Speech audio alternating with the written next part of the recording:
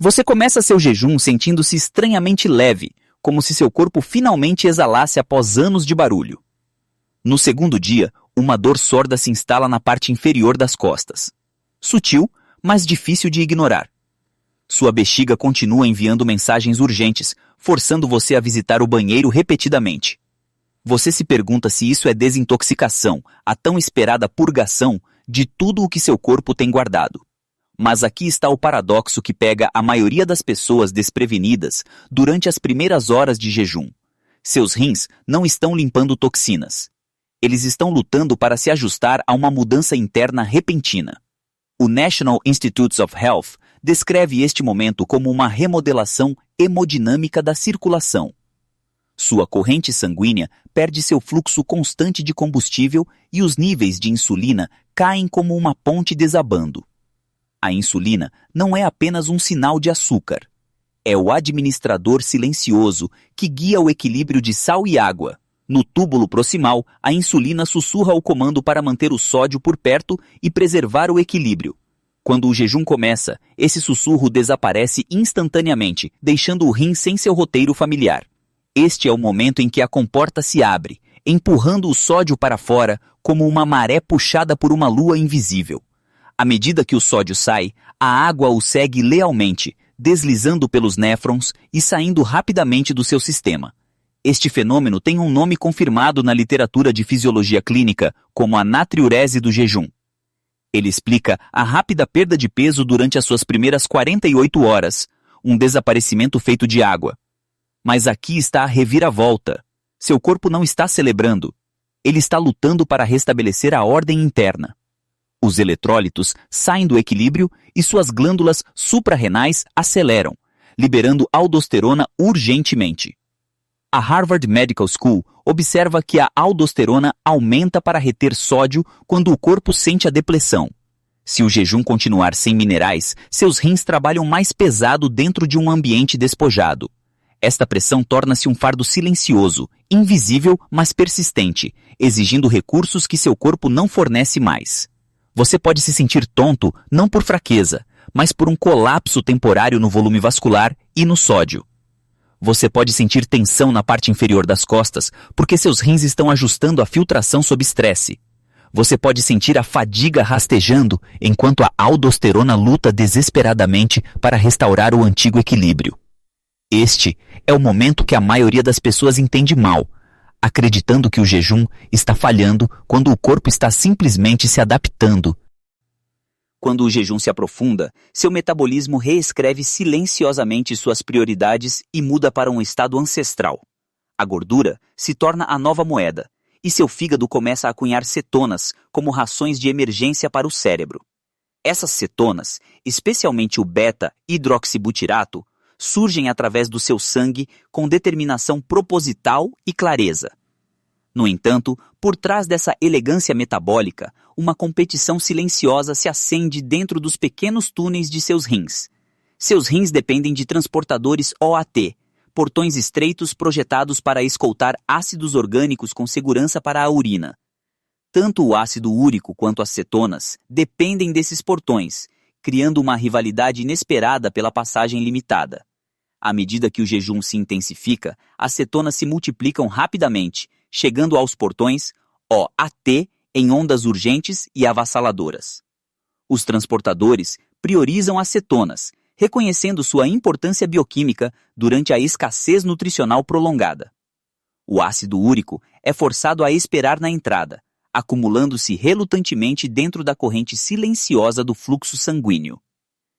Este congestionamento bioquímico surpreende muitas pessoas durante o jejum, especialmente quando os exames de sangue subitamente apresentam picos acentuados. O NIH documenta este mecanismo claramente, observando a inibição competitiva como um fator-chave para o aumento do ácido úrico. Mas aqui está o paradoxo que inquieta os iniciantes. O ácido úrico elevado nem sempre desencadeia gota. A dolorosa crise de gota requer cristalização, um processo que exige desidratação, baixo pH urinário e estagnação. Se você se mantiver hidratado, os cristais raramente se formam, mesmo quando o ácido úrico sobe temporariamente para níveis mais altos. Esta verdade contraintuitiva confunde muitos praticantes de jejum que confundem o aumento com perigo metabólico imediato. Seu corpo não está produzindo purinas em excesso. Ele está simplesmente atrasando a depuração do ácido úrico sob a pressão das cetonas. A pesquisa metabólica de Harvard enfatiza que a cetose muda as prioridades renais, não o metabolismo das purinas em si. No entanto, o perigo surge quando o jejum se torna implacável em vez de rítmico ou intencionalmente ciclado. Praticar OMAD todos os dias ou jejuar 20 horas indefinidamente mantém o ácido úrico cronicamente elevado. A elevação crônica cria as condições para a cristalização, especialmente quando a urina se torna ácida durante a cetose prolongada. O baixo pH transforma o ácido úrico dissolvido em estruturas pesadas semelhantes a agulhas, capazes de se alojar nas articulações. Seus rins detectam essa ameaça, mas, sem dias de descanso, eles não conseguem abrir os portões o suficiente. Esta é a verdadeira reviravolta. O jejum é mais seguro quando pulsado, não repetido incessantemente sem recuperação biológica. Ouça atentamente o seu corpo. Os rins sussurram avisos muito antes do desconforto evoluir para problemas agudos. E a primeira pista não é a dor, mas o número silencioso de laboratório ao qual a maioria das pessoas raramente presta atenção. À medida que o jejum continua, o fluxo inicial de sódio seca gradualmente o leito do rio que flui através de seus rins. Sua urina torna-se mais escura e densa, carregando o peso de uma paisagem despojada de hidratação suave. Dentro deste fluxo concentrado, os minerais se aproximam uns dos outros, procurando lugares para se fixar e se ligar. É aqui que o perigo real emerge silenciosamente, despercebido pela maioria das pessoas que adotam o jejum prolongado. O oxalato de cálcio, a pedra nos rins mais comum na Terra, espera pacientemente pelo ambiente certo. Ele prospera quando a água é escassa, agrupando-se com precisão à medida que o volume urinário cai significativamente. O jejum amplia esse risco porque a desidratação é sutil, formando-se lentamente entre visitas despercebidas ao banheiro. O que começa como uma leve perda de água evolui para uma urina concentrada capaz de promover alianças cristalinas. But the story deepens further. Involving a protective molecule, your kidneys normally release freely. Esta molécula é o citrato, um escudo natural que se liga ao cálcio antes que o oxalato possa aproveitar a oportunidade. Quando o citrato flui abundantemente, as pedras lutam para se formar porque o cálcio já está escoltado com segurança. No entanto, o jejum, especialmente a cetose profunda, introduz a acidose metabólica, uma mudança interna em direção a uma leve acidez sistêmica. Durante este estado, seus rins reclamam o citrato urgentemente, usando-o para tamponar a carga ácida crescente. Esta reabsorção deixa sua urina quase vazia de citrato, removendo completamente o guardião molecular. A ausência de citrato transforma sua urina em um terreno fértil onde o oxalato de cálcio se organiza rapidamente. O magnésio, outro defensor sutil, também diminui, enfraquecendo mais uma barreira contra a ligação mineral precoce. A Mayo Clinic destaca o citrato como um dos inibidores naturais mais fortes da formação de pedras nos rins. Sem ele, cada gota de urina concentrada torna-se um risco, mesmo quando o oxalato dietético permanece inalterado. Aqui vem a reviravolta inquietante que poucos guias de jejum mencionam aberta ou diretamente. Sua dieta durante o jejum não está criando as pedras. A química da sua urina está. A cristalização do oxalato depende mais da concentração e do pH da urina do que apenas da ingestão de oxalato. A cetose reduz o pH urinário, produzindo o terreno ácido onde as pedras se formam com maior facilidade. Um estudo marcante no American Journal of Kidney Diseases confirma esse risco durante a cetose sustentada. É por isso que a água com limão rica em citrato não é uma tendência de bem-estar, mas uma proteção bioquímica. Durante o jejum, ela restaura o guardião ausente e evita que o cálcio se junte ao oxalato em silêncio. Após a turbulência da perda de eletrólitos e das mudanças ácidas, algo notável começa a se desenrolar profundamente dentro de você. Suas células, sentindo a escassez, ativam programas antigos escritos muito antes da nutrição moderna existir. A autofagia desperta como um zelador silencioso, varrendo seus tecidos com intenção proposital e meticulosa. Os rins respondem fortemente, iniciando operações de limpeza dentro dos filtros delicados que protegem sua corrente sanguínea. Esses filtros, chamados glomérulos, dependem de podócitos, células sentinelas raras moldadas como mãos entrelaçadas protetoras. Os podócitos não podem se regenerar facilmente. Uma vez danificados, raramente retornam com a força que carregavam anteriormente. O jejum muda esse destino ao silenciar o mTOR, o sinal de crescimento, expansão e excesso metabólico. Com o mTOR silencioso, o AMPK aumenta, um alarme bioquímico lembrando as células de conservar, reciclar e renovar internamente. Essa mudança abre a porta para a autofagia desmontar mitocôndrias antigas e reconstruir substituições frescas e eficientes. Seus rins sentem esse renascimento à medida que os podócitos limpam detritos, proteínas descartadas e fragmentos moleculares oxidados.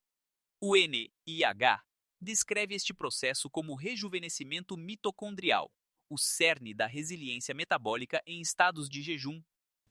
Mas a história torna-se ainda mais extraordinária quando a SIRT-1 entra, respondendo ao estresse nutricional com precisão. A SIRT-1 ativa genes protetores que protegem os podócitos de lesões oxidativas e morte programada precoce.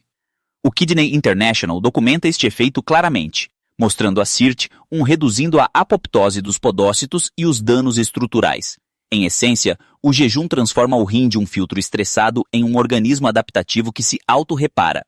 À medida que a glicose cai, a insulina diminui e a pressão dentro dos capilares glomerulares também declina gradualmente.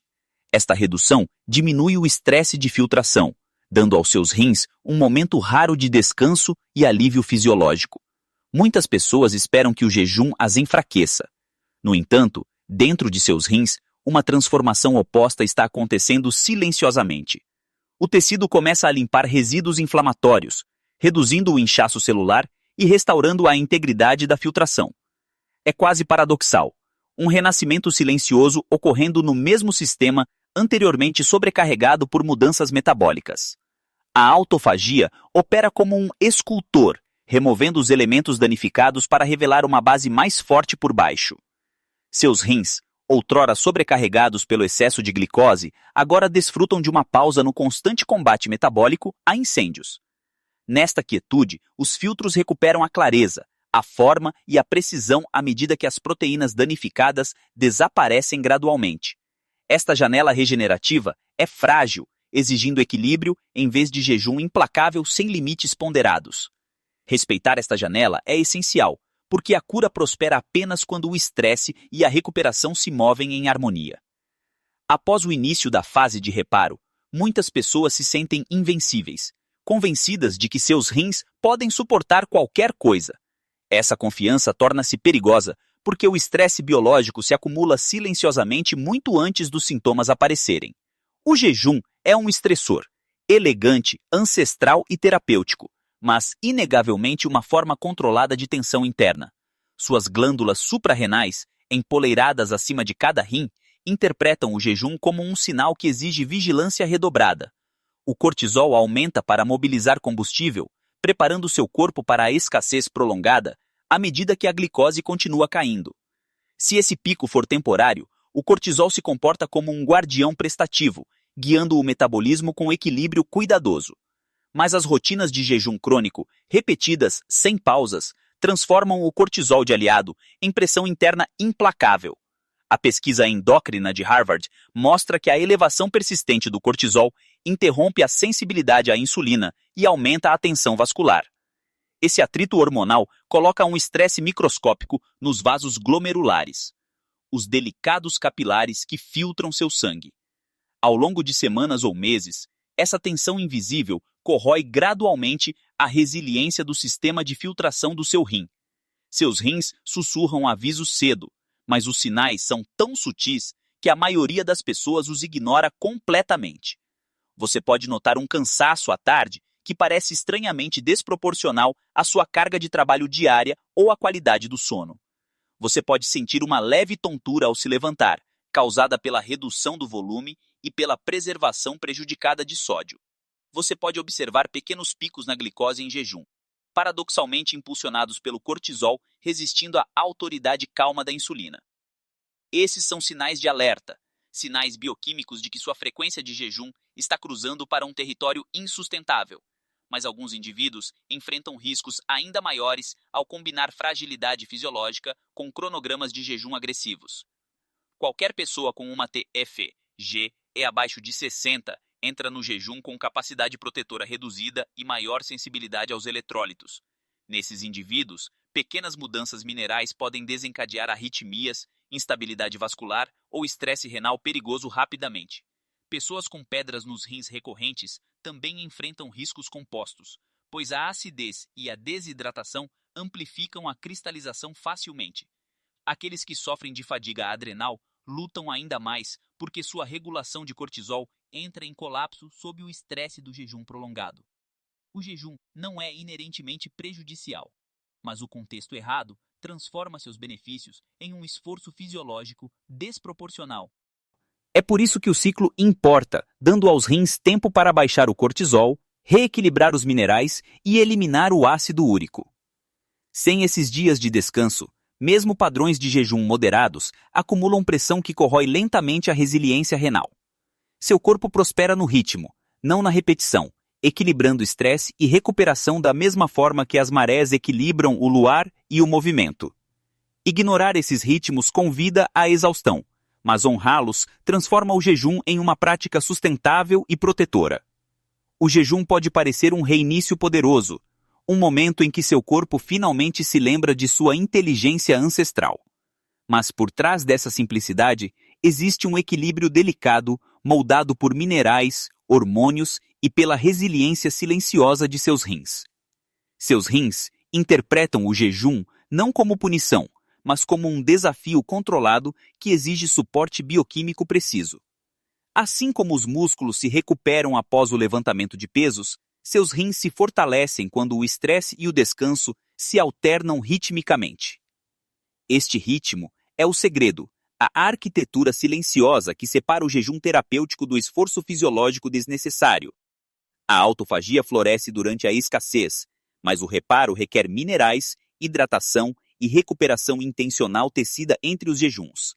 A pesquisa em nefrologia de Harvard mostra que a água sozinha não pode restaurar o equilíbrio, uma vez que a perda de sódio começa a se acumular.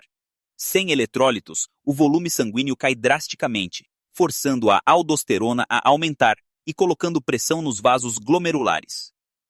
Essa tensão hormonal torna-se o preço invisível que muitas pessoas pagam acidentalmente ao jejuar sem uma estratégia adequada.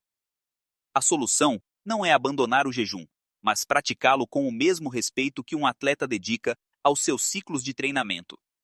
O sódio ajuda a estabilizar a hidratação, o potássio mantém o ritmo nervoso e o magnésio relaxa as vias vasculares dentro de você.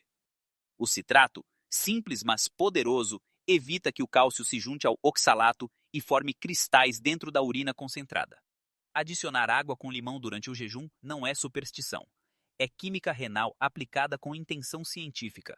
Esses pequenos ajustes transformam o jejum de um palpite em um protocolo alinhado com a fisiologia e a evolução humana.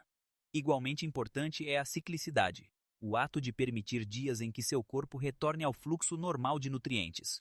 Essas pausas dão aos seus transportadores OAT a chance de liberar o ácido úrico que se acumulou sob a prioridade das cetonas. Sem ciclos, mesmo jejuns benéficos acumulam pressão oculta, comprimindo lentamente a capacidade adaptativa do rim. O ritmo protege você, não a rigidez, e seus rins prosperam quando o estresse vem em ondas em vez de paredes. Quando o jejum respeita esse fluxo, o cortisol cai, os minerais se estabilizam e seus glomérulos recuperam sua precisão sem esforço. Seus rins não são motores para serem empurrados incessantemente. Eles são tecidos vivos que requerem períodos de recuperação. Trate-os com um ritmo consciente e eles o recompensarão com clareza, filtração, força e estabilidade metabólica. É assim que o jejum se torna sustentável. Não um ato de resistência, mas uma parceria com sua biologia celular. E como em todas as práticas de saúde, lembre-se de que a educação o guia, mas as decisões médicas precisam de supervisão profissional. Espero que este vídeo tenha sido valioso para você e nos vemos no próximo.